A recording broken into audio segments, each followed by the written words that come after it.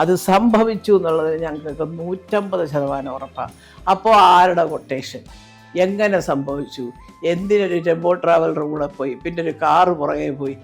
എല്ലാവർക്കും ഉണ്ട് പെൺമക്കൾ. നമ്മുടെ കുഞ്ഞുങ്ങൾക്കാണ് അങ്ങനെ സംഭവിച്ചെങ്കിലും അമ്മയാണെങ്കിൽ ഒരു അർത്ഥപ്രജ്ഞയെ പോലെ അധികം മിണ്ടാനും വയ്യ. അച്ഛനും പോയി ഒരു ഭാഗത്ത്, മകളിങ്ങനെ. എന്തായിരിക്കും ആ വീട്ടിലെ സ്ഥിതി എന്ന് ആലോചിച്ച് നോക്കിയും. ഇങ്ങനെയാണ് നിൻ്റെ കാരണം എന്ന് പറയുന്ന ആളുടെ വീട്ടിൽ 2 പെൺകുട്ടികളില്ലേ? അല്ല, ഇപ്പം നിങ്ങൾ പോയി അന്വേഷിക്കുമെന്ന് പറഞ്ഞാൽ ഞങ്ങൾ പോകും. കാരണം അത്രയ്ക്ക് ആ കുട്ടി അനുഭവിച്ചു എന്നുള്ളത് ആർക്കും നിഷേധിക്കാനാവാത്തൊരു കാര്യമാണ്. ചെന്നിരുന്ന് പറയാം, അയ്യോ മൊത്തമൊന്നും ശരി ചെയ്തില്ല, പിന്നെ ചെയ്ത ആരാടോ അതും കൂടെ ഒന്ന് കണ്ടുപിടിക്കാൻ ഇറങ്ങാം എല്ലാവരും കൂടെ. അതിനാരുമില്ല.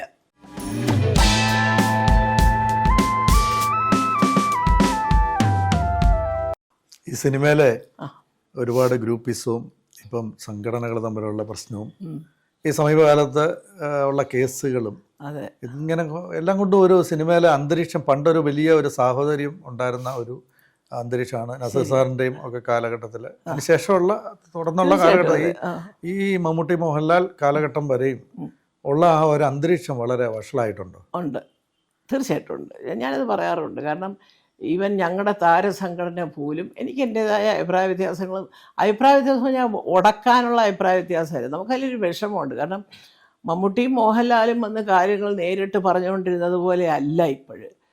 ഇപ്പോൾ എല്ലാവരും കൂടെ വിചാരിച്ചു, ഓഹോ ഇതോടുകൂടി എല്ലാം അങ്ങ് നേരെയാന്ന് പറഞ്ഞാൽ അല്ല.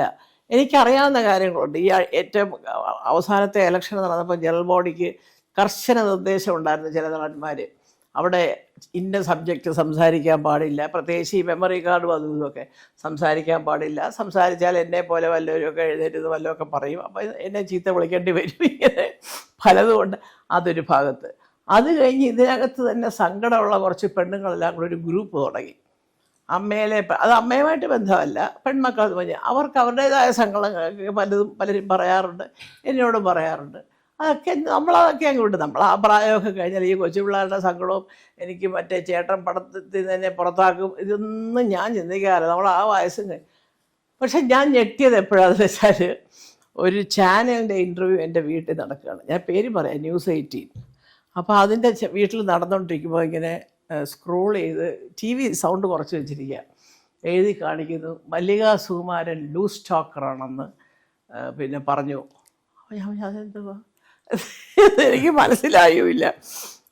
അപ്പോഴാണ് പറയുന്നത് ഈ മെമ്മറി കാർഡിൻ്റെ കുറിച്ച് വിശദമായിട്ട് അന്വേഷിക്കാനായിട്ടൊരു കമ്മിറ്റി. അതൊരു വലിയ ഒരു, സത്യം പറഞ്ഞാൽ അത് കാണിച്ചത് തെറ്റാണ്. അത് ഇടവേള ബാബു ആയിരുന്നു ആ സമയത്ത്, കുക്കു പരമേശ്വരനോ ഒരാളിൻ്റെ പേരിനെ കുറിച്ച് എന്നെ ഒന്നും അതിന് വിളിച്ചിട്ടുമില്ല, എനിക്കൂടെ അറിഞ്ഞുകൂടാ. പക്ഷെ കേട്ടതൊക്കെ എറണാകുളത്ത് താമസിക്കുന്ന 5-8-10 പേരെ വിളിച്ചെന്നും അതെല്ലാവരും എല്ലാ ഇൻ്റർവ്യൂവിലും പറഞ്ഞിട്ട് അവർ സമ്മതിച്ചിട്ടുമുണ്ട്. വിളിച്ചിട്ട് ഇതിനകത്തെ എല്ലാം ഈ മെമ്മറി കാർഡിലെ സംഭവങ്ങളൊക്കെ ഇവർ പറഞ്ഞതെല്ലാം ഇവർ റെക്കോർഡ് ചെയ്തു, ഷൂട്ട് ചെയ്തു, സൗണ്ടും എടുത്തു, ഫിലിമും എടുത്തു. എല്ലാം കഴിഞ്ഞിട്ട് ആ CD കുക്കു പരമേശ്വരൻ്റെ ഉണ്ട്, ഇടവേള ബാബുവിൻ്റെ കോപ്പിയുണ്ട്. ഇതിങ്ങനെ കഥകൾ. ഞാനെന്ത് വേണം, അവരെടുത്തോട്ടെ. അല്ല, അപ്പോൾ അതിനെക്കുറിച്ച് അന്വേഷിക്കണം വ്യക്തമായിട്ട്. കാരണം ഞങ്ങളെ ട്രാപ്പ് ചെയ്ത പോലെ ആയിപ്പോയി. എന്താണ് സംഭവം? അതിങ്ങനെ ഇപ്പം ചോദിക്കുമ്പോൾ പറയുന്നു ആ CD കാണുന്നില്ല എന്ന് കുക്കു പറയുന്നു, എവിടെയോ വെച്ചു എന്ന് പറയുന്നു, ആർക്കും അറിഞ്ഞുകൂടെന്ന് പറയുന്നു. പക്ഷേ ചുമ്മാതെയാണ്, ആ CD കയ്യിലുണ്ട്. അത് നിങ്ങൾ പോയി ചോദിക്കണം. അല്ലെങ്കിൽ പറഞ്ഞവർക്കറിയാമല്ലോ ഞങ്ങൾ എന്തൊക്കെയാണ് പറഞ്ഞതെന്നുള്ളത്, ചോദിക്കണം. അപ്പോൾ അതൊരു കമ്മിറ്റി വെച്ച് അന്വേഷിക്കാം എന്ന് പറയുമ്പോൾ ജോയ് മാത്യു, ഞാൻ, പിന്നെ ദേവനോ, ദേവനായിരുന്നു തോന്നുന്നു, ഇങ്ങനെ 3-4 പേരെ വെച്ചൊരു കമ്മിറ്റി ഉണ്ടാക്കി. ഞാൻ പറഞ്ഞു ഓക്കെ. അതുകൊണ്ട് അല്ല അപ്പോൾ അത് മല്ലിക ചേച്ചി വേണ്ടെന്ന് ആര് പറഞ്ഞു? അപ്പോൾ എനിക്ക് ചിരി വന്നതാണെന്നറിയാം. 6 പേരിൽ ഒരു 3-4 പേര് പറഞ്ഞു പ്രസിഡൻ്റാണ് പറഞ്ഞത്, 2 പേര് പറഞ്ഞത് അല്ല കുക്കുപ്പ. അപ്പോൾ അത് തന്നെ യോജിപ്പില്ല ആര് പറഞ്ഞു എന്നുള്ളതിന് അവിടെ ഇരുന്നവർ തമ്മിൽ തന്നെ അഭിപ്രായ വ്യത്യാസമുണ്ട്. ഞാൻ പറഞ്ഞു എൻ്റെ പൊന്നു പിള്ളേരെ, ഇന്ത്യൻ പ്രസിഡൻറ്റിൻ്റെ പദവിയൊന്നും അല്ലല്ലോ എനിക്ക് തരുന്നത്, ഒരു കേസ് അന്വേഷണത്തിൽ പിടിച്ച് അതവിടുത്തെ. ഞാൻ പറഞ്ഞു നിങ്ങൾക്ക് തോന്നുന്നുണ്ടോ ഇതൊക്കെ നേരെ അന്വേഷിച്ച് വരുമെന്ന്? ഇല്ല, അവിടെയും ഈ പറയുന്ന പോലെ പല കാരണങ്ങൾ കൊണ്ട് ഒരു ഭരിക്കാനായിട്ടുള്ള സകല പിന്നെ പിടുത്തവുമുള്ള ആൾക്കാർ കിടന്ന് ഭരിക്കുകയാണ് അവിടെ. ഇത് തന്നെയാണ് എല്ലാ സംഘടനയിലും. അല്ലെങ്കിൽ ഞാനിപ്പോൾ ഒരു കാര്യം ചോദിക്കട്ടെ, ഇപ്പോൾ ഇങ്ങനെ ഒരു സംഭവം വന്നു, കേസ് വന്നു, നമ്മൾ വായിച്ചുകൊണ്ടിരിക്കുന്നു. അപ്പോൾ ഒരിക്കലും ഇല്ലാത്ത പോലെ പ്രൊഡ്യൂസേഴ്സ് അസോസിയേഷൻ പറഞ്ഞു പുള്ളി അങ്ങനെ ചെയ്യത്തെ. ഇപ്പോൾ ഒരു നടൻ്റെ പേരാണ് ഈ പറഞ്ഞത്, അത് ചെയ്തിട്ട കേസുകളെടുക്കാം. ചെയ്യില്ല എന്ന് പറഞ്ഞു. നല്ല കാര്യം. ഞാൻ ഒരൊറ്റ ഇൻ്റർവ്യൂവിൽ ഞാനോ എൻ്റെ മക്കളോ അതെങ്ങനെ പറയും? അത് ന്യൂസിൽ പറഞ്ഞു, ചാനലിൽ പറഞ്ഞു. അത് വെച്ചുകൊണ്ട് നമുക്ക് പറയാൻ പറ്റുമോ? കോടതി പറയട്ടെ, ആരാ തെറ്റ്? അന്ന് തൊട്ടതാ ഞങ്ങളൊക്കെ പറഞ്ഞത്. അപ്പോൾ പോട്ടെ, പ്രൊഡ്യൂസർ അസോസിയേഷൻ പറഞ്ഞു ചെയ്യില്ല, നല്ല കാര്യം. ചേംബർ പറയുന്നു ചെയ്യില്ല, നല്ല കാര്യം. സംഘടനക്കാർ പറയുന്നു, ആ സംഘടനക്കാരെല്ലാവരും ഉള്ളതെന്ന് പറയാനൊക്കത്തില്ല, ചില സംഘടനകളൊക്കെ പറഞ്ഞു. പിന്നെ ചിലരൊക്കെ പറയുന്നു അങ്ങനെ ചെയ്യില്ല എന്ന് ചില നടന്മാർ വന്നിരുന്ന് ന്യൂസ് അവറിലും ഡിബേറ്റ് അവറിലും പറയുന്നു. എല്ലാം നല്ല കാര്യം. എനിക്കൊരു ചെറിയ സംശയം, രഞ്ജി അത് തീർത്ത് തന്നാൽ കൊള്ളാം. ഇപ്പോൾ ഇതെല്ലാം നടക്കുമ്പോഴും ഇപ്പോഴും ഫോക്കസ് 5 കൊല്ലത്തിന് മുമ്പ് ഇതിൻ്റെ ഒരു മീറ്റിംഗ് നടക്കാൻ നേരത്ത് പൃഥ്വിരാജിനെ വിളിച്ചിരുന്നു. അന്ന് എക്സിക്യൂട്ടീവ് കമ്മിറ്റി അംഗമാണ്. അപ്പോൾ ആ വീട്ടിലോട്ട്, മമ്മൂട്ടിയുടെ വീട്ടിലോട്ട് കയറാൻ പോകും. പൃഥ്വിരാജിനോട് ചോദിച്ചു, എന്താ നിങ്ങളെ അഭിപ്രായം? അതറിയില്ല, അപ്പോൾ മീറ്റിംഗ് വിളിച്ചിരിക്കുകയല്ലേ, ഞങ്ങളൊക്കെ സംസാരിച്ചിട്ട് എല്ലാവർക്കും കൂടെ ചേർന്നിട്ട് ഒരു കോമൺ ആയിട്ട് അല്ലെങ്കിൽ ഒരു അഭിപ്രായം എല്ലാവരെയും കൂടെ തികച്ചിട്ട് ഞങ്ങൾക്ക് കൂടെ എല്ലാവർക്കും അനുകൂലമായ രീതിയിലുള്ള ഒരു സമീപനമാണ് സംഘടന. ഓക്കെ മതി, അല്ലാതെ വേറെ വലിയ പ്രശ്നങ്ങൾ ഞാൻ തിരിച്ചു വരുമ്പോൾ പറയാം എന്ന് പറഞ്ഞാൽ അവൻ കയറിപ്പോയി. ഈ 8 കൊല്ലം കഴിഞ്ഞിട്ട് ഇപ്പോഴത്തെ ഈ ഇത്രയും സീരിയസ് ആയിട്ട് കോടതിയിൽ ഇങ്ങനെ പറഞ്ഞു അങ്ങനെ പറഞ്ഞു എന്നും പറഞ്ഞ് വന്ന് വീണ്ടും ചർച്ചകൾ നടക്കുമ്പോഴും ഈ പറയുന്ന എല്ലാവരും സംഘടിച്ച ആ സെക്രട്ടറിയേറ്റ് ചോദിച്ചത് ഇരിക്കാത്ത എന്താ? ഒരു തെറ്റും ചെയ്തില്ല എന്ന് ഞങ്ങൾ ഘോരം പറയുന്ന ഒരാളിൻ്റെ 8 വർഷത്തെ ജീവിതം വെറുതെ പോയി. 85 ദിവസം ആ മനുഷ്യനെ പിടിച്ച് ജയിലിലിട്ടു അല്ലേ? അദ്ദേഹത്തിനില്ലേ ഭാര്യയും പെൺമക്കളും ഒക്കെ. അപ്പോൾ ഇവരിറങ്ങണ്ടേ?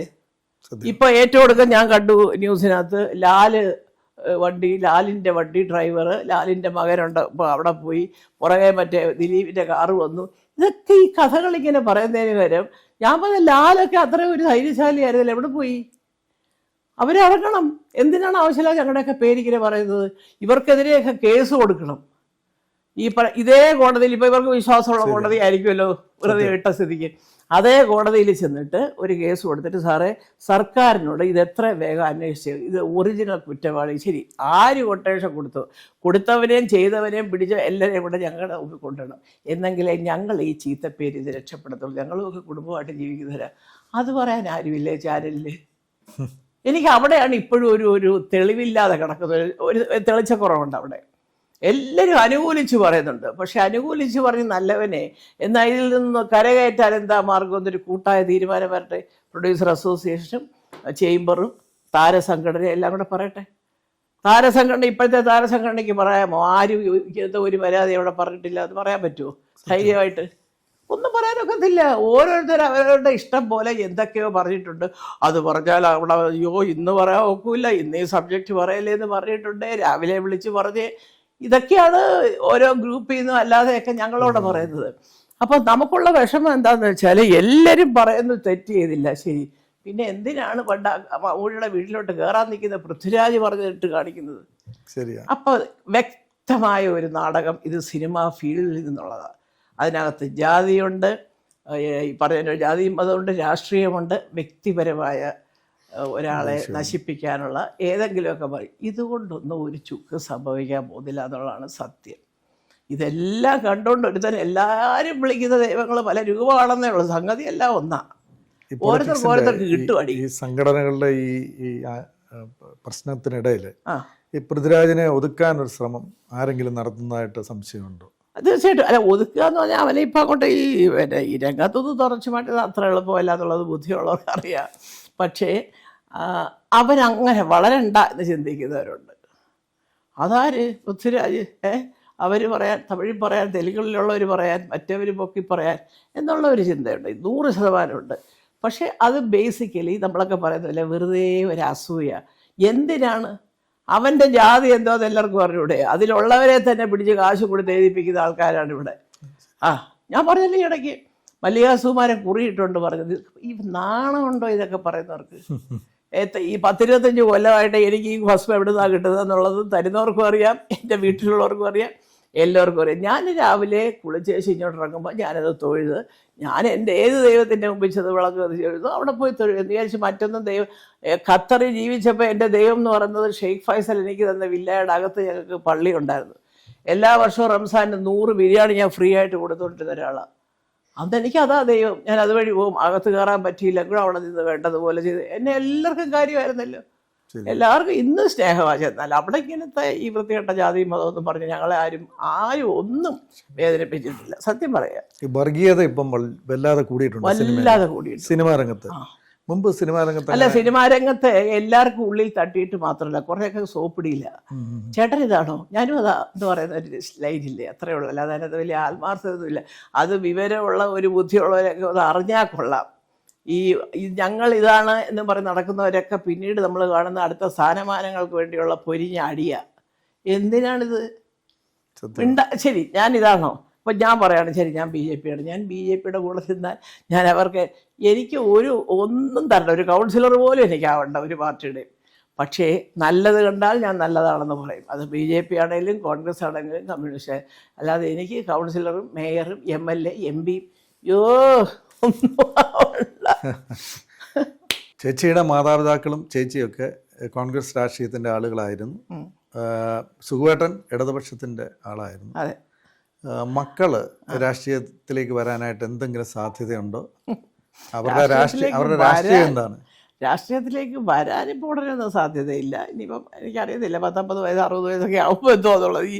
ഇപ്പോൾ ഉടനെ സാധ്യതയില്ല. പിന്നെ അത് എൻ്റെ രാഷ്ട്രീയം പറയുമ്പോൾ തന്നെ അവർ പറയാം, അമ്മ നല്ല മൂത്ത കോൺഗ്രസ്സുകാരിയായിരുന്നു കേട്ടോ, ഇപ്പം അമ്മയ്ക്ക് ഒരു ചാഞ്ചാട്ടം ഉണ്ടെന്ന് അവർ തന്നെ പറഞ്ഞ് കളിയാക്കാറുമുണ്ട്. അല്ല, എനിക്ക് കോൺഗ്രസ്സിനോട് ഇപ്പം തന്നെ ഇതിനകത്ത് എത്രയോ പേര് നമുക്കറിയാം അല്ലേ. നമ്മളെല്ലാവരും വിചാരിച്ചു ഇപ്പോൾ ശശി തരൂരെന്ന് പറയുന്ന ഒരു വിദ്യാസമ്പന്നനായ ഒരു മനുഷ്യൻ എന്തെങ്കിലുമൊക്കെ ആണ്. ഇപ്പോൾ അദ്ദേഹത്തിൻ്റെ സ്വന്തമായ ചില അഭിപ്രായങ്ങളും നിലപാടുകളും മാറ്റി തുടങ്ങിയപ്പോൾ കോൺഗ്രസ്സിനകത്ത് നിന്നുകൊണ്ട് ഇത് പറയരുതെന്ന് പറഞ്ഞിട്ട് ഒരു ചെറിയ വിഭാഗത്തിന് അതിൻ്റേതായ നേതാക്കന്മാർക്ക് തന്നെ പ്രയാസങ്ങളുണ്ട്. അപ്പോൾ പിന്നെ നമ്മുടെ മുമ്പിലുള്ളത് 2 ഓപ്ഷനാണ്. ഒന്ന് നമ്മുടെ പ്രതിപക്ഷ നേതാവ് സതീശൻ സാറും പിന്നെ രമേശ് ജി എന്ന് പറയുന്നത്, രമേശ് ചെന്നിത്തല, അദ്ദേഹം എൻ്റെ നാട്ടുകാരുടെ ഹരിപ്പാട്. എനിക്കുള്ളത് എന്താണെന്ന് വെച്ചാൽ ഇവർ 2 പേരും മിടുക്കരാണ്, ശരിയാണ്, തീർച്ചയായിട്ടും അതെ. അപ്പോൾ എനിക്ക് രമേശ് ചെന്നിത്തല എന്ന് പറയുന്ന വ്യക്തിയെ പണ്ട് കരുണാകരൻ കാലത്ത് മന്ത്രിയായിരുന്നപ്പോൾ തൊട്ടറിയാം. ഇവരൊക്കെ എങ്ങനെയാണ് വേറെ വഴിക്കൊക്കെ സഞ്ചരിച്ച് പോയെന്നുള്ളതിനെ കുറിച്ചുള്ള എനിക്ക് സംശയം. കാരണം അത്രയും ലീഡറുടെയൊക്കെ സ്വന്തം ആൾക്കാരായിട്ട് നിന്ന് പിന്നെ എങ്ങനെയാണ് ഈ കോൺഗ്രസ്സിനകത്ത് പല പല ഗ്രൂപ്പുകൾ അങ്ങോട്ട് പോവുക. സത്യം പറഞ്ഞാൽ അവിടെ മുതലൊക്കെയാണ് നമുക്കൊരു മനസ്സിനൊരു വിഷമം തുടങ്ങി. ഒറ്റക്കെട്ടായിട്ട് നിന്നോണ്ടിരുന്നതല്ലേ ഇവരില്ല. അപ്പോൾ അങ്ങനെ വന്ന് ഈ പറയുന്ന പോലെ ഇപ്പം ഞാൻ ചോദിച്ചു കഴിഞ്ഞാൽ സതീശനായിക്കൂടെ ആവാം, മിടുക്കനാണ്, നല്ല പ്രതിപക്ഷ നേതാവാണ്, പിന്നെ ഇച്ചിരി മുൻകോപിയാണെന്ന് എനിക്ക് തോന്നി. കാരണം ഈ നമ്മളെയൊക്കെ കാര്യം ചീത്ത പിടിച്ചു വാങ്ങിക്കുന്ന ആളാണെന്ന് തോന്നില്ലയോ.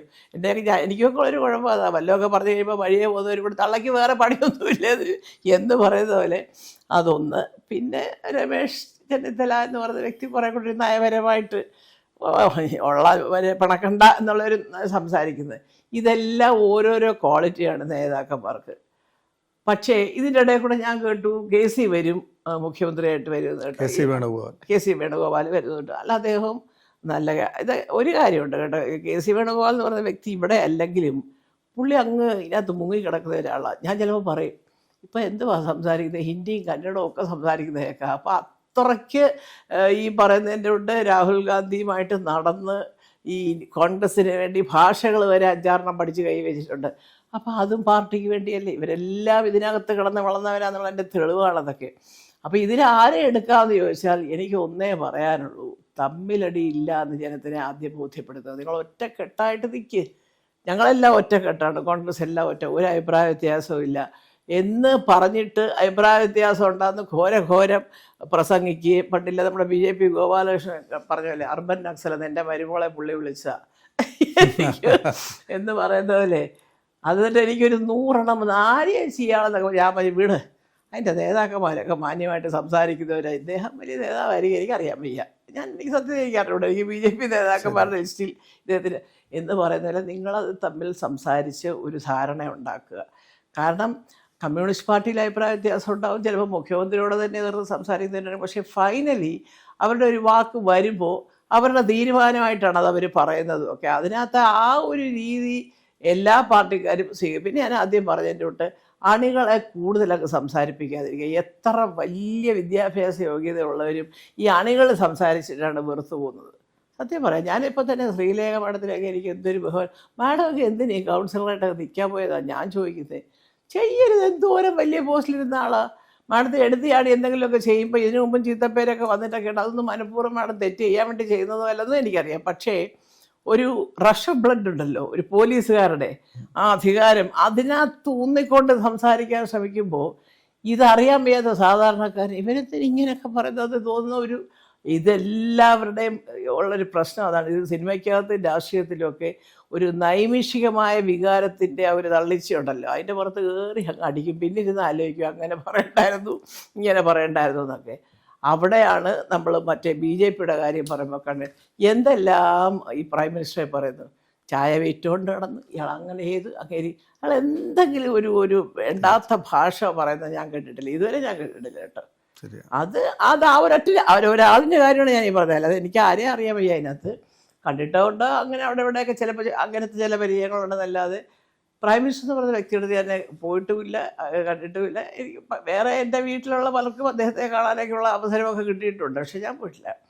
കാരണം എന്നാലും ഞാൻ അദ്ദേഹത്തെ ബഹുമാനിക്കുന്നത്, ഇന്നിവിടെ BJPയുടെ വക്താക്കളാണെന്ന് പറഞ്ഞ് നടക്കുന്നവർ പോലും ആ മനുഷ്യൻ്റെ സംസാര രീതി കണ്ടുപിടിക്കണം. എന്തിനാ ചാടുന്നേ? ഒരു കാര്യം ഒരാൾ ചോദിച്ചാൽ സമാധാനമായിട്ട് എൻ്റെ ഉത്തരം വരാതെ, നമുക്ക് ചെയ്യാവുന്ന കാര്യങ്ങൾക്കൊക്കെ ചില പരിമിതികളുണ്ട് എൻ്റെ പൊന്നു സഹോദര, അതിന് എന്നൊക്കെ പറഞ്ഞുകൂടെ? അത് പിണറായിയോടെ അങ്ങനെ പറയരുത് ഒരിക്കലും. അവിടെ നേതാവെന്ന് പറയുന്നതിൻ്റെ ആ ഒരു നേതൃത്വത്തിൻ്റെ ഗുണം പോവുക, അങ്ങനെയല്ല എൻ്റെ ഉത്തരം അല്ലേ? കോൺഗ്രസ്സുകാർ നിങ്ങളിപ്പോൾ ഭരിക്കുന്ന മുഖ്യമന്ത്രിയോട് പറയാന്ന് പറയരുത്, കമ്മ്യൂണിസ്റ്റുകാർ പറയരുത്, നിങ്ങളിത് മോദിയോടെ പറ. അത്തരം വർത്തമാനങ്ങളൊന്നും എന്നെപ്പോലെ വയസ്സായവർക്ക് ചിന്തിക്കാനൊക്കാത്ത കാര്യങ്ങളാണ്. അപ്പം ഞാൻ പറയുന്നത് മിടുക്കന്മാരൊക്കെ നല്ല രീതിയിൽ അണികളെ ചേർത്ത് നിർത്തി ഇവിടെയുള്ള ചെറിയ ചെറിയ പ്രശ്നം. ഒന്നാമത്തെ കാര്യം, ഈ പിള്ളേരെടുക്കൽ ഈ തമ്മിത്തല്ലുള്ള വഴക്കുണ്ടല്ലോ, അതിപ്പോൾ ആര് ഭരിച്ചാലും കോൺഗ്രസ് ആയാലും കമ്മ്യൂണിസ്റ്റ് ആയാലും ഒരു അപേക്ഷയുണ്ട്, വെറുതെ ഈ വഴി കിടന്ന് ബൈക്കിൽ പോകുന്നതിനെ തട്ടിയിട്ട് താഴെ ചവിട്ടി മെതിച്ചു കോളേജിൽ കയറി അവരെ തല്ലി ടീച്ചറിനെ ഖരാവോ ചെയ്തു. ഇതൊക്കെ എന്തോന്നായി നടക്കുന്നതൊക്കെ? ഒരു പ്രിൻസിപ്പലിനെ ഖരാവോ ചെയ്യുന്നത് അതൊരു ഹീറോയിസം ആണെന്നാണോ ധരിച്ച് വെച്ചിരിക്കുന്നത് പിള്ളേർ? അല്ലല്ലല്ല. അതൊക്കെ അവൻ്റെ വീട്ടിലെ അച്ഛനും അമ്മയും തിരിച്ചങ്ങോട്ടിരുമ്പോൾ നല്ല 4 പിടവെടുത്താൽ അവിടെ ഇരിക്കടാ നാളത്തോട്ട് പഠിക്കാൻ പോകണ്ടെന്ന് പറഞ്ഞാൽ എല്ലാം നേരെയാവും. ഈ സുരേഷ് ഗോപിയെക്കുറിച്ചും രാജീവ് ചന്ദ്രശേഖരനെ കുറിച്ചും എന്താണ് അഭിപ്രായം? അവരുടെ രണ്ടുപേരെയും വെച്ച് കമ്പയർ ചെയ്ത് പറയാൻ പറഞ്ഞാൽ I definitely respect Rajeev Chandrasekhar, യാതൊരു സംശയമില്ല. കാരണം അതിപ്പം സുരേഷ് ഗോപിയുടെ ബഹുമാനം ഇല്ല എന്നല്ല അതിൻ്റെ അർത്ഥം, അവരുടെ രണ്ടുപേരുടെയും ആറ്റിറ്റ്യൂഡും പ്രസൻറ്റേഷനും 2 തരത്തിലാണ്. പുള്ളിക്ക് ദേഷ്യവരലൊക്കെ ഉണ്ട് രാജീവ്ജിക്ക്, പക്ഷെ പുള്ളി പറയുന്ന കാര്യങ്ങൾ നമുക്ക് മനസ്സിൽ തോന്നിയിട്ടുള്ള കാര്യങ്ങൾ പുള്ളി കുറേ കൂടെ വാശിപ്പുറത്ത് പറയുന്നു എന്നേ ഉള്ളൂ. സുരേഷിൻ്റെ കാര്യം, സുരേഷ് പെട്ടെന്ന് അങ്ങ് ഒരു ഇമോഷണൽ ആവുന്ന പോലെ തോന്നുന്നു എനിക്ക്. പുള്ളി സാധാരണ സംസാരിക്കുന്നതിൽ സംസാരിച്ചാൽ പോലെ, പുള്ളിക്ക് അപ്പോഴത്തേക്കും അങ്ങനെ ചെയ്തില്ലേ ഇങ്ങനെ അതൊന്നും ഇവിടെ ഇതെന്തിനാ പ്രശ്നമാക്കുന്നത്? രാഷ്ട്രീയത്തിൽ ഇറങ്ങിയാൽ ഇതെല്ലാം കേൾക്കണം, അച്ഛനെ അമ്മയ്ക്കും വരെ തെറി പറയും. ഇതൊന്നും ഒരു പുതിയ കാര്യമൊന്നും അല്ലെന്ന്, ഇതിവിടെ ഒരു മലയാളിയുടെ സംസ്കാരമാണിത്. പക്ഷെ അത് നേതാക്കന്മാരുടെ കൂടെ നടക്കുന്ന ശിങ്കിടികളെന്ന് പറയുന്നവർ പറയുമ്പോഴാണല്ലോ തെറ്റ് അല്ലേ? ഇപ്പം സത്യം പറയാം, അതാണ് ഞാൻ പറഞ്ഞത്. ഇപ്പം നമ്മളെല്ലാവരും കൂടെ രാഹുൽ മാങ്കൂട്ടത്തിനെ കുറിച്ച് എത്രയോ പേര് തെറി പറയുന്നുണ്ട്, പക്ഷെ അദ്ദേഹത്തിൻ്റെ സൈഡ് പറയുന്നവരില്ലേ? ഉണ്ട്. കാരണം ഞാൻ പോലും ഒരു ഘട്ടത്തിൽ എനിക്ക് പറഞ്ഞു പോയി, ഇപ്പം എവിടെ ആയിരുന്നു ഈ പെണ്ണുങ്ങളൊക്കെ കുറേ കാലം എന്ന്. എനിക്കത് സത്യം പറഞ്ഞാൽ അത് പറയേണ്ട ഒരു പോയിൻ്റാണ്. കാരണം എൻ്റെ മുറിയിൽ ഒരാൾ കയറി വന്നു, എനിക്ക് ഇഷ്ടപ്പെടാത്ത രീതിയിൽ സംസാരിച്ചു, അല്ലെങ്കിൽ നോട്ടം എനിക്ക് പിടിച്ചില്ല, ഇറങ്ങടാ വെളിയിൽ എന്ന് പറഞ്ഞാൽ പോരെ?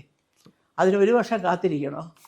അല്ല, 1 വർഷം 10,000 ചാറ്റിങ് കഴിയുമ്പോഴാണ് ഇവനാൾ മോശമെന്ന് അറിയുന്നത്. എനിക്കത് അങ്ങനത്തെ കാര്യങ്ങളോട് എനിക്ക് യോജിക്കാൻ. പക്ഷേ എന്ന് വിചാരിച്ചിട്ട് സ്ത്രീകൾക്ക് കൊടുക്കേണ്ട ബഹുമാനം കൊടുക്കണം. അതുകൊണ്ടാണ് ഞാൻ പറയുന്നത് അതിജീവിതയുടെ കാര്യം, സിനിമയിലെ നമ്മുടെ പ്രഗത്ഭയായ നടിയുടെ കാര്യം, വേറൊന്നും കൊണ്ടല്ല. അത് സംഭവിച്ചു എന്നുള്ളത് ഞങ്ങൾക്ക് 150% ഉറപ്പാണ്. അപ്പോൾ ആരുടെ കൊട്ടേഷൻ, എങ്ങനെ സംഭവിച്ചു, എന്തിനൊരു ടെമ്പോ ട്രാവലർ കൂടെ പോയി, പിന്നെ ഒരു കാറ് പുറകെ പോയി, ഇതൊക്കെ അറിയാൻ ഞങ്ങൾ ബാധ്യസ്ഥരല്ലേ? അതിപ്പോൾ ഏത് കോടതിയിലെ ഏത് ജഡ്ജിയാണേലും അതിനുള്ള ഉത്തരങ്ങൾ സാധാരണക്കാരന് തരാൻ ഇവിടുത്തെ നിയമവ്യവസ്ഥയ്ക്ക് ഒരു ബാധ്യതയുണ്ട്. അത് ചെയ്യുമെന്നാണ് ഞാൻ വിശ്വസിക്കുന്ന ജുഡീഷ്യറി. സത്യമായി ഞാൻ അതിൽ വിശ്വസിക്കുന്ന ഒരാളാണ്.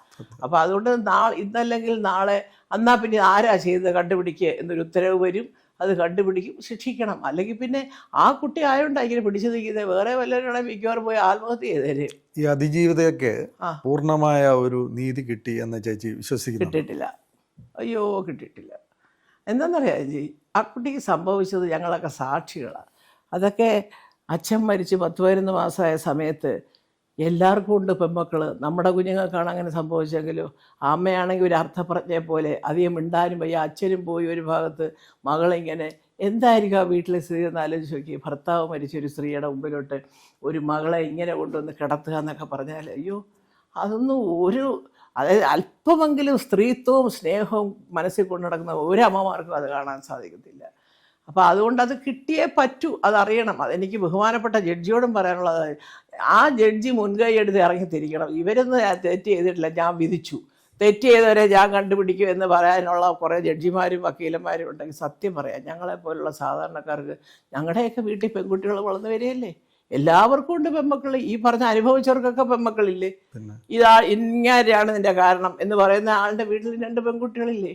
താങ്ങാൻ പറ്റുമോ ഇങ്ങനെ വല്ലതും സംഭവിച്ചോ? എന്നാലോചിച്ച് നോക്കി. ഈശ്വരാ, പൊന്നു പോലെ കണ്ണേ ഒന്നേ എന്ന് പറഞ്ഞ് വളർത്തിയ കുഞ്ഞുങ്ങളൊക്കെ ചെയ്ത് അതൊക്കെ ചുമ്മാ രാഷ്ട്രീയം പറഞ്ഞ ആളായിട്ട് വല്ല കാശ് പോക്കറ്റിടണമെങ്കിൽ ഇട്ടോ. പക്ഷെ അതൊരു പൊതുവായ തത്വമാണെന്ന് എൻ്റെ പൊന്ന് കേരളത്തിലെ ജനങ്ങളെ നിങ്ങൾ വിശ്വസിക്കരുത്. ആ കുട്ടി കാര്യമായിട്ടുള്ളൊരു വിഷമത്തിലൂടെ കടന്നുപോയ ഒരു കുഞ്ഞാണ്. അതിൻ്റെ അച്ഛൻ മരിച്ചുപോയി, 10-11 മാസമേ ആയുള്ളൂ. അമ്മയ്ക്കാണെങ്കിൽ മിണ്ടാനും വയ്യ, പറയാനും വയ്യ, കരയാൻ മാത്രം അറിയാവുന്ന ഒരമ്മയും. അതൊക്കെ അയ്യോ, കഷ്ടമാണ് അതൊക്കെ. അത് കണ്ടുപിടിക്കണം. എനിക്ക് വളരെ താഴ്മയോടുകൂടി ഞാൻ ഇവിടുത്തെ എന്താ പറയുക, നീതിന്യായ വ്യവസ്ഥയോട് അപേക്ഷിക്കുകയാണ്. എല്ലാവരും, നിങ്ങൾ ബാർ അസോസിയേഷൻ ആവട്ടെ, അതിലെ അംഗങ്ങളാവട്ടെ, മറ്റുള്ളവരാവട്ടെ, ഒക്കെ ശരിയാണ്. കോടതിയിലെ സിസ്റ്റമൊക്കെ ബഹുമാനിച്ച് തന്നെ എല്ലാവരും പെരുമാറണം, എല്ലാവരും അതിനെ മാനിക്കണം. പക്ഷെ അതിനോടൊപ്പം തന്നെ എങ്കിൽ പിന്നെ ഈ തെറ്റ് ചെയ്തത് ആര് എന്നുള്ള തെറ്റ് കണ്ടുപിടിക്കാനുള്ളൊരു സംവിധാനം കൂടെ കോടതി പറഞ്ഞു തന്നാൽ ഞങ്ങളൊക്കെ സഹായിക്കാം. അല്ല, ഇപ്പം നിങ്ങൾ പോയി അന്വേഷിക്കുമെന്ന് പറഞ്ഞാൽ ഞങ്ങൾ പോകും. കാരണം അത്രയ്ക്ക് ആ കുട്ടി അനുഭവിച്ചു എന്നുള്ളത് ആർക്കും നിഷേധിക്കാനാവാത്തൊരു കാര്യമാണ്. ചെന്നിരുന്ന് പറയാം, അയ്യോ മൊത്തമൊന്ന് ശരി ചെയ്തില്ല, പിന്നെ ചെയ്ത ആരാടോ അതും കൂടെ ഒന്ന് കണ്ടുപിടിക്കാൻ ഇറങ്ങുക എല്ലാവരും കൂടെ, അതിനാരുമില്ല. അതിലേ ഉള്ളൂ നമുക്കൊക്കെ വിഷമം. ഈ ചെയ്തവരെ ശിക്ഷിച്ചിട്ടുണ്ട്. ചെയ്ത ആ സംഭവത്തിന് പിന്നിലെ ഗൂഢാലോചനയാണ് ഇപ്പം അല്ല, അതാണ് പറഞ്ഞത്. ഇപ്പം ഈ പൾസറിയോ അയാളെ ശിക്ഷിച്ചു, അയാളാണെന്ന്. പക്ഷേ അയാളുടെ കൂടെ ഉണ്ടായിരുന്ന 5-6 പേര്, മുമ്പിലും പുറകിലും പോയ വണ്ടികൾ, ഇത്രയും പ്ലാൻ ചെയ്തൊരു സംഭവം നടക്കണമെങ്കിൽ ഇതിൻ്റെ പിന്നിലൊരു പ്ലാനിങ് ഉണ്ടെന്നുള്ളത് ഏത് പൊട്ടനും അറിയാമല്ലോ.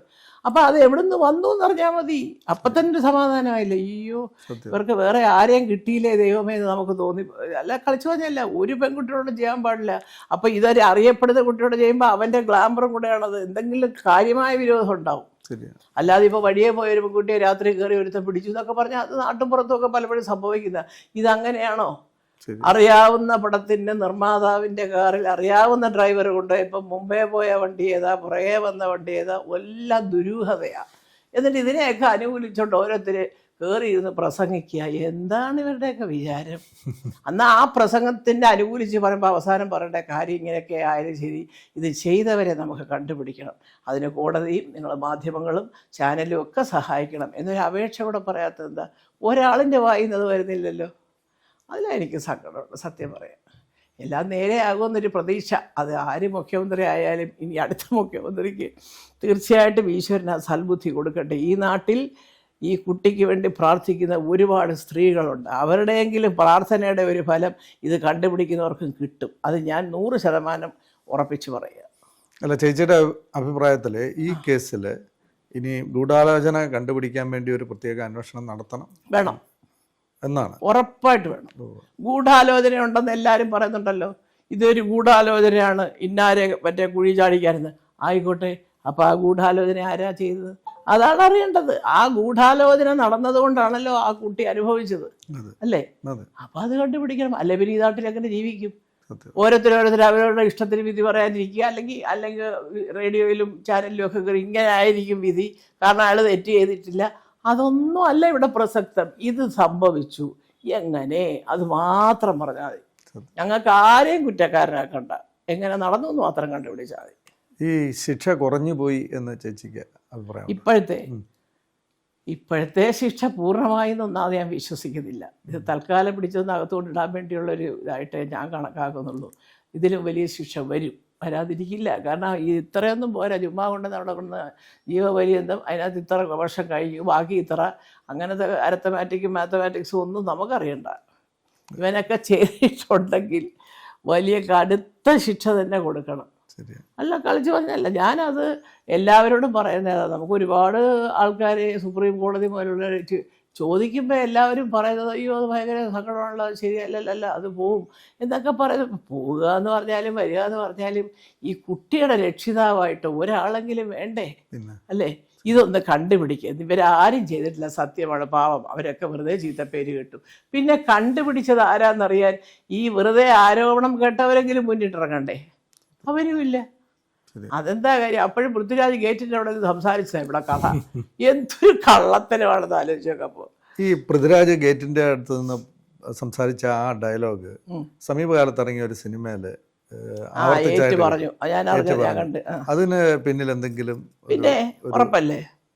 അതൊക്കെ പിന്നിൽ അത് തന്നെ അല്ലയോ? ഇതൊന്നും കൂടെ ഓർമ്മിപ്പിക്കുക. എന്താണ് അതിന്റെ ഉദ്ദേശം? അല്ല, ഉദ്ദേശം എന്ന് പറഞ്ഞാൽ ഇപ്പൊ ആ പടം തന്നെ എല്ലാവരും പറയുന്നത് സംഭവങ്ങൾ ഇങ്ങനെയൊക്കെയാണ്. ഞാൻ കണ്ടില്ല. ഇങ്ങനെയാണെന്നൊക്കെ പറയുന്നു. വലിയ ഗുണമൊന്നുമില്ല പടം എന്നൊക്കെ പറഞ്ഞാൽ ഓരോരുത്തരും ഓരോ അഭിപ്രായം പറയാം. അതിന് ഗുണമുണ്ടോ ഇല്ലയോ, കാശ് കിട്ടിയോ, അതൊക്കെ അവരുടെ എത്തി. അതിനകത്ത് വെറുതെ ആവശ്യമില്ലാതെ പൃഥ്വിരാജ് പറഞ്ഞൊരു ഡയലോഗ് ധ്യാൻ ശ്രീനിവാസനെ കൊണ്ട് പറയിപ്പിക്കുന്നുണ്ട്. ഞാൻ പറഞ്ഞു പറയിപ്പിച്ചത് നിർമ്മാതാവും സംവിധായകനും ആയിരിക്കും. അത് പറയാൻ ധ്യാനിന് ശരി ചെയ്തു. ആരെങ്കിലും ഒരാൾക്ക് വിവരമുണ്ടായിരുന്നെങ്കിൽ ഇപ്പം ഈ ഡയലോഗ് പറയണ്ട സാറേ, ഇത് പറയാൻ. ഇതെല്ലാവരും കൂടെ അവരുടെ ഫ്രണ്ട്ഷിപ്പിൻ്റെ പുറത്ത് ഒത്ത് കളിക്കുമ്പോൾ പിന്നെ അവിടെ പൃഥ്വിരാജിന് എന്ത് പ്രസക്തി? പക്ഷേ പൃഥ്വിരാജ് ഇതൊന്നും പ്രശ്നമല്ല. നീ ധ്യാൻ പറഞ്ഞാലും നാളെ ഇതിലും വലിയ നടന്മാർ പറഞ്ഞാലും ഞാൻ വിചാരിക്കുന്നത് ഈ പറയുന്ന എല്ലാവരുടെയും പറച്ചിലും കാര്യങ്ങളും തിരുത്തേണ്ടി വരും. ഞാൻ 100% ഞാൻ വിശ്വസിക്കുന്നതാണ്. ഒക്കെ പറഞ്ഞ അബദ്ധമായി പോയി, പറയണ്ടായിരുന്നു എന്ന് തന്നെ വരും. പൃഥ്വിരാജിന്റെ സിനിമകൾ പൊളിക്കാനുള്ള ഒരു മനഃപൂർവമായ ശ്രമം ഏതെങ്കിലും ഭാഗത്തു നിന്നുണ്ടോ? ഈ വിലായത്ത് ബുദ്ധ വന്നപ്പോൾ ഞാൻ കേട്ടത് അങ്ങനെയൊക്കെയാണ്. അതിപ്പോൾ എനിക്ക് വേണമെങ്കിൽ സന്ദീപിനോട് തന്നെ നേരിട്ട് ചോദിക്കാം. ഞാൻ ചോദിച്ചില്ല. കാരണം അത് പല രീതിയിൽ അതിന് വലിയ പ്രൊമോഷൻ പരിപാടി എല്ലാം വേണ്ടെന്ന് വെച്ചു.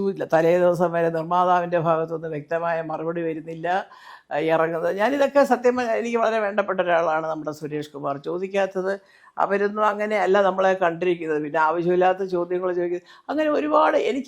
ഞാൻ ഈ ഫീൽഡിൽ നിൽക്കുന്നുണ്ട്, അല്ലാതെ ഈ ട്രോളുന്ന പിള്ളേർ കാശ് വാങ്ങിച്ച് പോക്കറ്റുണ്ട് തള്ളെന്ന് പറഞ്ഞാൽ അതല്ല. ഞാൻ ഇതേ സിനിമയിൽ 53 വർഷമായിട്ട് നിൽക്കുന്ന ഒരു ആർട്ടിസ്റ്റാണ്. അപ്പോൾ സ്വാഭാവികമായിട്ടും എൻ്റെ അടുത്ത് പറയുമല്ലോ അവരൊക്കെ പലരും, ഇങ്ങനെയാണ് അങ്ങനെയാണ് മറ്റാണ് മറിച്ചാണ്, പിന്നെ അത് വേറെ പടം, അപ്പോൾ ഇത് സാമ്പത്തികമായിട്ട് അങ്ങോട്ടും ഇങ്ങോട്ടും ഒക്കെ അവരൊക്കെ വലിയ ഫ്രണ്ട്സാണ്. സഹായിച്ചോട്ടെ, നമുക്ക് ഏതായാലും തൽക്കാലം ഈ കഞ്ഞിയും കുടിച്ച്, ഞാൻ പറയാറുണ്ട് പലപ്പോഴും, അരിയുണ്ട് തേങ്ങയുണ്ട് മതിയല്ലോ, പക്ഷെ ചമ്മന്തി അരച്ച് കഞ്ഞിയും കുടിച്ച് കിടക്കും ചാവുന്നുള്ള വരെ, യാതൊരു സംശയവും വേണ്ട. അപ്പോൾ അതുകൊണ്ട് എനിക്കതിലൊന്നും ഒരു വിഷമില്ല. പക്ഷേ അതൊക്കെ പറയിപ്പിച്ചത് തെറ്റാണ് എന്ന് തന്നെയാണ് അഭിപ്രായം. ആ തെറ്റ് അവർ മനഃപൂർവ്വം ചെയ്തതാണെങ്കിൽ അതിനുള്ള ശിക്ഷയെ വാങ്ങിക്കാൻ റെഡിയായിട്ടിരുന്നുണ്ടാണ്. ഞാനിപ്പോൾ കണ്ടുകൊണ്ടിരിക്കുക, ഓരോ കാര്യങ്ങൾ എൻ്റെ മോനെതിരെ ഒരു അമ്പ് വരുമ്പം ആ അമ്പ് ഏതെങ്കിലും വിധത്തിലൊരു വേദന ഉണ്ടാക്കുന്ന പോലെ തിരിച്ചങ്ങ് പോകുന്നുണ്ട്. അത് പാടില്ല. ആരെയും നമ്മളങ്ങനെ വാക്കുകൊണ്ടും പ്രവൃത്തി കൊണ്ടും വേദനിപ്പിക്കാതിരിക്കാൻ നോക്കുക. ഇപ്പം ഞാൻ എന്തുകൊണ്ടാണ് മേജർ രവിയുടെ അയാൾ പറഞ്ഞ കള്ളത്തരത്തിൻ്റെ മറുപടി എൻ്റെ പോക്കറ്റിൽ കിടക്കുന്നത് കേട്ടോ, തരാൻ മറന്നു, ഇപ്പോൾ വിഷമിച്ച് കഞ്ഞി കുടിക്കാതിരിക്കുക. അങ്ങനെ ഒന്നും കയറി നമ്പറൊന്നും അടിച്ചാൽ വിശ്വസിക്കുന്ന നാടൊന്നുമല്ല കേരളം. ഇവിടെ ബുദ്ധിയുള്ളവർ ഒരുപാടുണ്ട്. പട്ടാളത്തിൽ പോയെങ്കിലേ ബുദ്ധി വയ്ക്കുന്നൊന്നുമില്ല. അതൊക്കെ വെറുതെ. അദ്ദേഹം എൻ്റെ അടുത്ത് പറഞ്ഞു എന്തെന്നാ സൈനിക സ്കൂളിൽ പഠിച്ച എല്ലാവരും പട്ടാളത്തിൽ പോകണമെന്നുള്ളത്. തിരിച്ചും എനിക്കും പറയാം, പട്ടാളത്തിൽ പോയവർക്കെല്ലാം സൈനിക സ്കൂളിൽ പഠിച്ചുകൊണ്ട് ഗുണം വേണമെന്നുമില്ല, രണ്ടുമുണ്ടേ. അപ്പം ഇത് എനിക്ക് പറയാം, ഞാൻ പറഞ്ഞില്ല പോട്ടെ. അത് ഈ പറഞ്ഞതുപോലെ അദ്ദേഹത്തിന് അപ്പോൾ തോന്നിയ ഒരു ഇത് എന്ന് പറയുന്ന പോലെ വെറുതെ അനാവശ്യമായിട്ട് ഒരാളെ ടാർഗറ്റ് ചെയ്ത് സംസാരിക്കാൻ കുറച്ച് പേര് കൂടുന്നെങ്കിൽ അവർ തമ്മിലുള്ള അഡ്ജസ്റ്റ്മെൻറ്റ് തന്നെയാണ്. ചേച്ചി 53 വർഷത്തിലേക്ക് കടക്കുന്നു എന്ന് പറഞ്ഞു. ചേച്ചിയുടെ 50-ാം വർഷം ആഘോഷിച്ചത് നമ്മുടെ ഒരു ഗ്രൂപ്പാണ്. ചേച്ചിക്ക് എങ്ങനെ ആണ് ഇത്രമാത്രം ഒരു വലിയ ഒരു സൗഹൃദ കൂട്ടായ്മ? അയ്യോ അതല്ല, നമ്മുടെ ഗ്രൂപ്പിൽ തന്നെ എൻ്റെ ചേട്ടൻ പോലും അന്തം വിട്ടുപോയി. ഈ പത്രമാധ്യമ രംഗത്തുള്ള നിങ്ങളെല്ലാവരും കൂടെ ചേർന്ന്. അപ്പോൾ ചേട്ടൻ പറയുകയും ചെയ്തു, എനിക്ക് വലിയ സന്തോഷം തോന്നി. കാരണം അവിടെ എവിടെയൊക്കെ ഒരു പെര കെട്ടിയിട്ടൊരു സ്വീകരണം അല്ലായിരുന്നല്ലോ. നിനക്ക് അത്ര അന്തസ്സായിട്ട് എന്നോട് മിനിസ്റ്റർ പറഞ്ഞു കേട്ടോ. അന്ന് വന്ന 2 മന്ത്രിമാരും പറഞ്ഞു നല്ല ഫംഗ്ഷനായിരുന്നു ചേച്ചി. അപ്പോൾ എനിക്കതൊക്കെ കേട്ടോ ഭയങ്കര ഒരു അഭിമാനം തോന്നി. എനിക്ക് അങ്ങനെ ഒരു സമൂഹത്തിൽ അറിയപ്പെടുന്നവരെന്ന് വെച്ചാൽ ഇപ്പോൾ അങ്ങനെ വലിയ കൊമ്പത്ത് അതല്ല ഞാൻ പറയുന്നത്. നിങ്ങൾക്കൊക്കെ അതിൻ്റേതായ ഒരു സ്ഥാനമുണ്ട് സമൂഹത്തിൽ, അല്ലേ? മാധ്യമരംഗത്തുള്ളവർ അതിൽ തന്നെ നമ്മൾ പറയും ഇദ്ദേഹം നന്നായിട്ട് എഴുതും, ഇദ്ദേഹം നന്നായിട്ട് പ്രസംഗിക്കും, അല്ലേ? ഇദ്ദേഹത്തിൻ്റെ ചിന്താധാര നല്ലതാണ്. അപ്പോൾ അങ്ങനെയുള്ള പലതരത്തിലുള്ള ആൾക്കാർ ഒന്നിച്ചുകൂടി നമ്മളെ അംഗീകരിക്കുക എന്ന് പറയുന്നത് ഒരു വലിയ സംഭവമാണ്. അല്ലാതെ ഇപ്പോൾ എൻ്റെ കോളേജിൽ പഠിച്ച ഒരു പാവം എല്ലാവരും കൂടെ വലിയ ഹോട്ടലിലൊക്കെ എടുത്ത് അത് എന്നോടുള്ള ഒരു ഫ്രണ്ട്ഷിപ്പ് സ്നേഹത്തിൻ്റെ പദം ഇതല്ലല്ലോ. എനിക്കൊരു കിട്ടുന്നൊരു വലിയൊരു എൻ്റെ കഷ്ടപ്പാടിനും എൻ്റെ ജീവിതത്തിനും കിട്ടുന്ന ഒരു അംഗീകാരമായിട്ടാണ്. എനിക്കത് ഫീൽ ചെയ്തത്. കാരണം ഒരുപാട് പേര് കാരണം ഒരുപക്ഷെ എനിക്കറിയാം, എനിക്ക് ഒത്തിരി വെളിയിലൊക്കെ ഉണ്ടല്ലോ, ഞങ്ങൾ പഠിച്ചവരിങ്ങനെ പരന്ന് കിടക്കുകയാണ് എൻ്റെ ലോകം മുഴുവനും. അതാ ഞാൻ പറഞ്ഞത്, എൻ്റെ ഈശ്വര എമ്പുരാൻ റിലീസ് ചെയ്തപ്പോൾ കാനഡയിൽ നിന്ന് എനിക്ക് വന്ന മെസ്സേജ്, സാധാരണ ഒരു ഷോ 2 ഷോ ഒക്കെ കാനഡയിൽ കാണത്തുള്ളൂ, അതായത് ഈ 2 ഷോ വെച്ച് 3 തിയേറ്ററിലൊക്കെ അവിടെ കളിച്ചിട്ടുണ്ട്. എന്നിട്ട് ചിലരൊക്കെ ചോദിച്ചത് പുള്ളി അവിടെ വന്ന് കിടന്ന് ഡയറക്ഷൻ പഠിച്ചിട്ടുണ്ടോ, അത് ഇവനെ അത്രയ്ക്ക് വലിയ പരിചയമൊന്നുമില്ല, ചോദിച്ചു പലരോട്. അപ്പോൾ അതൊക്കെ ഇങ്ങനെ കാണുമ്പോൾ ഞാനിങ്ങനെ വരുമ്പോൾ വിചാരിക്കും, ഈശ്വര അവിടെയും ഇങ്ങനെ എൻ്റെ നമ്പർ കണ്ടുപിടിച്ച് ചോദിച്ചപ്പോൾ പറഞ്ഞു അവിടെ ഒരു മറ്റേ എന്താണ് മലയാളികളുടെ ഇതുണ്ടല്ലോ AKMGO പൊക്കാനിയോ ഇതുണ്ട്, അതിലാരാണ്ട് ഇടയിൽ നിന്നാണ് ചേച്ചിയുടെ നമ്പർ കിട്ടിയത് എന്നൊക്കെ പറയും. അപ്പം ഞാൻ പറയുന്നത് അത്രയേ ഉള്ളൂ രഞ്ജി. കാരണം എന്താ പറയുക, നമ്മുടെ കഷ്ടപ്പാട് അതിനകത്ത് ഒരാളെ നമ്മൾ വേദനിപ്പിക്കുന്നില്ല, ഒരാളെ നമ്മൾ കുറ്റം പറയുന്നില്ല. ഞാനോ എൻ്റെ മക്കളോ ഈ നിമിഷം വരെ ഒരു നടന്മാരെ പറ്റി ഒരു കുറ്റം പറഞ്ഞിട്ടില്ല. അത് അവർക്കറിയാം. പിന്നെ എന്തുകൊണ്ടാണ് അറിഞ്ഞുകൂടാന്ന് ഭാവിക്കുന്നത്? അതേസമയം ഞാൻ കേട്ടിരിക്കുന്ന കാര്യങ്ങൾ മറ്റു പലതുമാണ്. അവിടെ പോയി ഇവിടെ പോയി ഇങ്ങനെ ചെയ്തു അങ്ങനെ ചെയ്തു മറ്റേത് ചെയ്തു. അപ്പോഴൊക്കെ ഞാൻ പറയും, ചെയ്തവന് മുതലും പലിശയും കൂടെ തിരിച്ചങ്ങ് വാങ്ങിച്ചോളൂ എന്ന് പറയും. ഞാൻ അങ്ങനെയൊന്നും ചെയ്യാനായിട്ട് എൻ്റെ മക്കളെ പറയത്തുമില്ല, പ്രേരിപ്പിക്കത്തുമില്ല. അത്രയും നമുക്കൊരു എതിരാളികളുണ്ടെന്ന് കണ്ടിട്ടും ഇക്കണ്ട പല ഭാഗത്തെ ജനങ്ങൾ നമ്മുടെ കൂടെ നിൽക്കുക എന്ന് പറയുമ്പോൾ അതിൽ കൂടുതലൊരു അംഗീകാരവും അഭിമാനവും നമുക്കെന്തുവാ? പിന്നെ ഇവിടെ കിടന്ന് ആരെങ്കിലുമൊക്കെ എന്തെങ്കിലും പറഞ്ഞോട്ടെ. ചേച്ചിക്ക് എങ്ങനെയാണ്, ഞാൻ ചോദിച്ച ചോദ്യം അതാണ്, ചേച്ചിക്ക് ഇത്രയും വലിയൊരു സൗഹൃദ കൂട്ടായ്മ വളർത്തിയെടുക്കാൻ ചേച്ചി എങ്ങനെ സാധിക്കുന്നു എന്നുള്ള. കാരണം ചേച്ചിയായിട്ട് അടുക്കുന്ന ഒരാൾക്കും കുറച്ച് കഴിയുമ്പോൾ ഒരു വലിയൊരു അറ്റാച്ച്മെന്റ് ഉണ്ടാകുന്നതാണ് നമ്മൾ കാണുന്നത്. ഞാൻ എപ്പോഴും അതിൽ വിശ്വസിക്കുന്നത് അറിയാം, ഈ ഫ്രണ്ട്ഷിപ്പ് എന്ന് പറയുന്നത് നമ്മൾ പ്രത്യേകിച്ച് ഒരു ഇതിൽ ഇപ്പോൾ എനിക്ക് രഞ്ജി എന്ന് പറയുന്ന ഇത്രയും നീണ്ട കാലത്തെ സേവനമുള്ള ഒരു മാധ്യമ സുഹൃത്തിനെ നമ്മൾ കണ്ടുമുട്ടി. അന്ന് തൊട്ട് ഇന്ന് വരെ എനിക്ക് രഞ്ജി എന്ന് പറഞ്ഞാൽ ഇനി ആരെല്ലാം എന്തെല്ലാം പറഞ്ഞാലും രഞ്ജിക്കുള്ള സ്ഥാനം അത് അവിടെ കിടക്കുക. കാരണം എൻ്റെ ഒരു ധാരണ എന്താണെന്ന് വെച്ചാൽ, എനിക്കൊരു നല്ല സുഹൃത്തിനെ കിട്ടി, അവരെൻ്റെ ഒരു വെൽവിഷറാണ്. നാളെ എനിക്ക് എവിടെയെങ്കിലും എന്തെങ്കിലും ഒന്ന് വീണൊരു അപകടം പറ്റിയാൽ പോലും നിങ്ങളൊക്കെ ഉണ്ടല്ലോ തിരുവനന്തപുരത്തുള്ളപ്പോൾ അങ്ങനെയൊക്കെ ചിന്തിക്കുന്ന ആളാണ് ഞാൻ. അപ്പോൾ അത് എനിക്ക് ശത്രുക്കളെ ഉണ്ടാക്കാൻ ഇഷ്ടമല്ല. അത് പലർക്കും സിനിമയിൽ അത് നടക്കത്തില്ല. നമ്മൾ എന്ത് പറഞ്ഞാലും ശത്രുവായിട്ടേ കാണത്തുള്ളൂ. അതുകൊണ്ടാണ് ഈ കുറ്റം കണ്ടുപിടിക്കുന്നത്. മനസ്സിലായി? ഇപ്പം പൃഥ്വിരാജിനെ ഇഷ്ടമല്ല എന്ന് 5 6 നടന്മാർക്ക് തോന്നുന്നെങ്കിൽ പൃഥ്വിരാജ് എന്ത് ചെയ്താലും കുറ്റമായിരിക്കും അവർക്ക്. അതിൻ്റെ നല്ല വശങ്ങളെ പറ്റി ചിന്തിക്കത്തില്ല. അതുപോലെ പക്ഷേ ഞാൻ എപ്പോഴും ഒരു പടി താഴെ നിന്ന് ഞാൻ പറയാം, എൻ്റെ കുഞ്ഞെ ഇതൊക്കെ സർവ്വസാധാരണമല്ലേ. അതുകൊണ്ട് തന്നെ ആവാൻ ഞാൻ വിചാരിക്കും, എത്ര പെണ്ണുങ്ങളാണെന്നറിയാം ഓരോ എന്നോട് മുഖ്യമന്ത്രി അറിയിക്കുക. ഞാൻ അദ്ദേഹത്തോട് പറഞ്ഞിട്ടുണ്ട്, ഞാൻ പറയും എനിക്ക് നല്ല ജോലി, ഇങ്ങനൊന്നും പറയരുതെന്നൊക്കെ പറയാം. ഞാൻ മുഖ്യമന്ത്രി ചേച്ചി ഒന്ന് കൊടുക്കുമോ, ഞങ്ങളൊരു കത്ത് ചെയ്ത് അവരുടെ കത്ത് വാങ്ങിച്ചുകൊണ്ട് ഞാൻ പോകാനെന്ന്. ഈശ്വര അങ്ങനെ ചോദിക്കുന്നവരുണ്ട്. അല്ല, അതൊന്നും ഞാൻ വലിയ ആളായിട്ടല്ല, ചിലപ്പോൾ വലിയ അമ്മയ്ക്കൊരു മനസ്സ് വന്നാൽ അങ്ങ് എത്തിച്ചു കൊടുക്കും എന്നൊക്കെയുള്ള ഒരു തോന്നലാണ്. അത് അങ്ങനെ നമ്മൾ പെരുമാറുന്നുണ്ടാണ് രഞ്ജി. കാരണം വലുതായാലും ചെറുതായാലും ഒരു വിഷമം പറഞ്ഞൊരാൾ പറയുമ്പോൾ നമുക്കങ്ങനെ വാരിക്കോരി കൊടുത്ത് സഹായിച്ചില്ലെങ്കിലും അത് കേട്ടൊരു നല്ല വാക്ക് പറഞ്ഞ് അവരെ യാത്രയാക്കുക എന്ന് പറഞ്ഞാൽ എല്ലാവർക്കും പറ്റത്തില്ല. അപ്പോൾ അത് പണ്ടും പറയും. ഞാൻ വളരെ കാര്യമായിട്ട് അങ്ങനെയുള്ളവരുടെ ഇപ്പം തന്നെ ഞാൻ ലിസ്റ്റ് എടുത്ത് പറയുകയാണെങ്കിൽ ഞാൻ എത്ര പേരെ സഹായിക്കുന്നുള്ള എനിക്ക് വേണേൽ പറയാം ഈ മൈക്കിലൂടെ. സത്യവുമാണ്, നിങ്ങൾ അന്വേഷിച്ചാൽ അതൊക്കെ സത്യമായിരിക്കും. സുഖമില്ലാത്ത കുഞ്ഞുങ്ങൾ തൊട്ട് അല്ലാത്തവരെ ഒരുപാട് പേര്. പക്ഷേ നമുക്കതല്ല വേണ്ടത്. അവർ പ്രാർത്ഥിക്കുന്നുണ്ട് നമുക്ക് വേണ്ടി. ഈശ്വര എന്തിനാണ് ഈ അമ്മ ഇങ്ങനെ പറയുന്നത്? ആ അമ്മയുള്ളതുകൊണ്ടല്ലേ എൻ്റെ കുഞ്ഞിങ്ങനെ ആയിപ്പോകുന്നത്. അപ്പോൾ അങ്ങനെ അവരുടെ പ്രാർത്ഥനയാണ് നമുക്ക് വേണ്ടത്. അല്ലാതെ നമ്മളെ തെറി പിന്നെ ഇവർ ചെയ്തത് പേപ്പറിൽ കൊടുത്തു, അത് ഒന്നും ഒരു പ്രയോജനവും ഇല്ല നമുക്ക്. അതുകൊണ്ട് ഞാനതുകൊണ്ടാണ് പറയുന്നത്, ഒരു കാര്യം ചെയ്യാൻ പോകുമ്പോൾ എൻ്റെ കൂടെ ക്യാമറ വരുന്നതേ എനിക്കിഷ്ടമല്ല. ഞാൻ ചെയ്യുന്നുണ്ട്, നല്ലതുപോലെ ചെയ്യുന്നുണ്ട്, നല്ല രീതി അല്ല, എന്നെ കൊണ്ടാവുന്നതല്ല, വലിയ കോടികളല്ല, അത്യാവശ്യം 10-50,000 1,00,000 രൂപയുടെ വരെയൊക്കെ എനിക്ക് പറ്റത്തുള്ളൂ. അപ്പോൾ അതൊക്കെ നമ്മൾ ചെയ്യുന്നുണ്ട്. അതിനൊന്നും ഞാനൊരു പത്രത്തിൽ കൊടുക്കാറില്ല. ഒരു ക്യാമറക്കാരനെ കൊണ്ട് അവൻ്റെ ഉപയോഗിച്ച് ഞാൻ കൊടുപ്പിക്കും. അതൊക്കെ വേറെ വല്ലവരും നടത്തുമ്പോൾ എന്നെ കൊണ്ട് കൊടുപ്പിക്കാൻ അവർ വിളിക്കുന്നത്, ഞാൻ കൊണ്ടുപോകത്തില്ല. അപ്പോൾ അത്രത്തോളം നമ്മൾ ജനത്തിനോടൊന്ന് ഇഴുകിച്ചേർന്ന് പെരുമാറിയാൽ അവരുടെ മനസ്സിലൊരു സ്ഥാനം നമുക്ക് കിട്ടും. ആ സ്ഥാനം ഏതെങ്കിലും ഒരു സിനിമാക്കാരൻ്റെ വാക്കിലങ്ങ് തെറിച്ചു പോകുന്നൊന്നുമല്ല, അതൊക്കെ തോന്നല. ചുമ്മാ അതാ കൊച്ചനെ കണ്ടുകൂടാ അവൻ അതുകൊണ്ട് പറയുന്നത് എന്നേ പറയുള്ളൂ. എല്ലാവരും നമ്മൾ തന്നെ കേൾക്കുന്നില്ല. വിടണം ചേച്ചി, അവർക്ക് അസൂയ അല്ലാതെ തോന്നുന്നു. ഇങ്ങനെ പറയുന്നവരെ കണ്ടിട്ടുള്ളൂ. ഞാൻ ഏത് പരിപാടിക്ക് പോയാലും ഞാൻ പറയും എന്തേലും വേണ്ട ചേച്ചി ഒന്നും കാര്യമാക്കരുത് കേട്ടോ, അതൊക്കെ നമ്മളെ സമാധാനിപ്പിക്കുന്നവരാണ് കൂടുതലും. അങ്ങനെ അതുകൊണ്ട് സത്യമാണത്. എനിക്കൊരുപാട് നല്ല സുഹൃത്തുക്കളുണ്ട്. എല്ലാവരും അതായത് ഇത് പക്ഷേ അതാണ് ഞാൻ പറഞ്ഞത്, അവരാണ് എന്നോട് ആവശ്യപ്പെട്ടത് എല്ലാവരും കൂടെ മിണ്ടാതിരിക്കരുത്, അല്ലെങ്കിൽ ഒരു വരിയെങ്കിലും എഴുതണം. പാവം എന്തോന്ന് ഇത് രാജുവിനെ ഇങ്ങനെയൊക്കെ പറഞ്ഞ്, അത് എന്നെക്കാട്ടി സങ്കടം അവർക്കൊക്കെയാണ്, ആ അമ്മമാർക്കൊക്കെയാണ്. അപ്പോൾ ഞാൻ എഴുതും, ഞാൻ പറയും, നാളെ മറ്റന്നാളോ ഞാനത് പറയുമെന്ന് പറഞ്ഞു.